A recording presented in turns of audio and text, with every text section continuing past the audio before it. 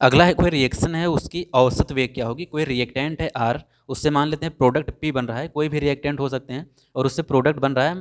कोई रिएक्शन हम मान रहे हैं, तो इसके लिए औसत वेग क्या होगा। तो औसत वेग जो होगा वो कितने कंसंट्रेशन में चेंज हो रहा है रिएक्टेंट में बटे डेल्टा टी, मतलब कितने टाइम पीरियड में कितने कंसंट्रेशन में चेंज हुआ रिएक्टेंट के लिए, माइनस में क्यों, क्योंकि रिएक्टेंट की का अमाउंट घटता जाएगा रिएक्शन के साथ। वहीं प्रोडक्ट में जो चेंज होगा औसत वेग जो इसका होगा वो प्लस के साथ लिया जाएगा, क्योंकि जो प्रोडक्ट है वो बन रहा है समय के साथ साथ। तो जो रिएक्टेंट है उसका जो औसत वेग होगा माइनस में लिया जाएगा, delta into R concentration by delta T is equal to plus delta concentration P by delta T. ऐसे ही अगर हम तात्क्षणिक वेग की बात करें, मतलब एक वेरी स्मॉल जो टाइम पीरियड होगा, एक छोटे से टाइम पीरियड के लिए जो तात्क्षणिक वेग होगा,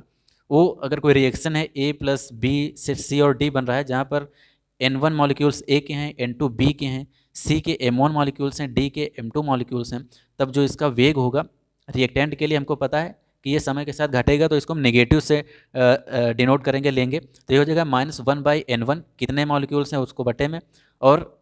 डेल्टा टी टाइम में कितना कंसंट्रेशन में चेंज हुआ, तो ये हो जाएगा -1/N1 into DA/dt is equal to -1/N2 DB/dt is equal to reactant minus के साथ और प्रोडक्ट चूंकि बन रहा है इसका अमाउंट बढ़ेगा समय के साथ साथ, तो ये पॉजिटिव साइन के साथ, तो ये हो जाएगा is equal to +1/M1 D delta C/dt plus is equal to +1/M2 delta D dt।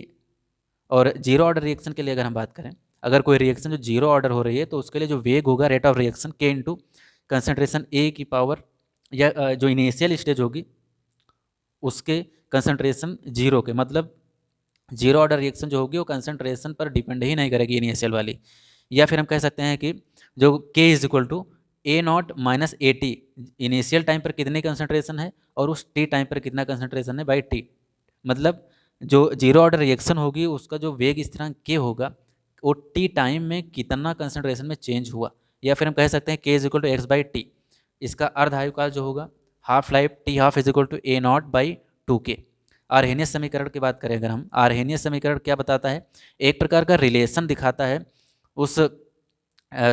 T time और एक्टिवेशन एनर्जी E A के बीच में, वेग स्थिरांक और एक्टिवेशन एनर्जी E A के बीच में, वेग स्थिरांक K और एक्टिवेशन एनर्जी E A उनके बीच में क्या रिलेशन है वो बताता है आर्हेनियस समीकरण। ये है K is equal to A e⁻−EA/RT, जहाँ K वेग स्थिरांक है, E A एक्टिवेशन एनर्जी है, R गैस कांस्टेंट है, T टेम्परेचर है। तो सक्रियण ऊर्जा क्या होगी, E A जो एक्टिवेशन एनर्जी है वो हो जाएगी 2.303 by T2 - T1 into T1 into T2 और log K2/K1, जहाँ पर T1 और T2 अलग अलग टाइम पर, ये T1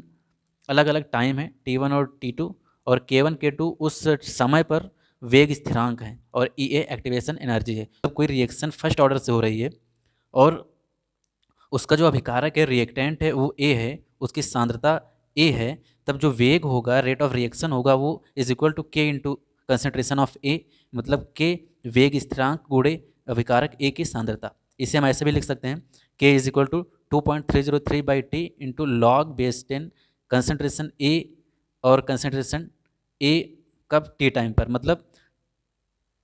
K is equal to 2.303/T log base 10, और स्टार्टिंग में जीरो टाइम पर कंसंट्रेशन कितनी थी उस रिएक्टेंट की, और टाइम T पर कितनी कंसंट्रेशन बची। या फिर हम कह सकते हैं ऐसे भी कि K is equal to 2.303/T into log base 10 A/A-x, x initial concentration है उस रिएक्टेंट की, और A-x कितनी बची टाइम 80 टाइम के बाद उस रिएक्टेंट की अमाउंट। नेक्स्ट है हाफ लाइफ क्या होगी, अर्ध आयुकाल क्या है। तो अगर फर्स्ट ऑर्डर रिएक्शन हो रही है, कोई रिएक्शन फर्स्ट ऑर्डर से है, प्रथम कोट की अभिक्रिया है, उसके लिए जो हाफ लाइफ होगा टी हाफ होगा, T half is equal to 0.693/K, मतलब जो फर्स्ट ऑर्डर रिएक्शन है वो रिएक्टेंट की कंसंट्रेशन पर डिपेंड नहीं करेगी। अगली है सेकेंड ऑर्डर रिएक्शन के लिए, तो सेकेंड ऑर्डर रिएक्शन के लिए जो वेग होगा रेट ऑफ रिएक्शन होगा वो होगा K इंटू कंसनट्रेशन A², मतलब जो सेकेंड ऑर्डर रिएक्शन होगी वो जो वेग होगा रेट ऑफ रिएक्शन ओके,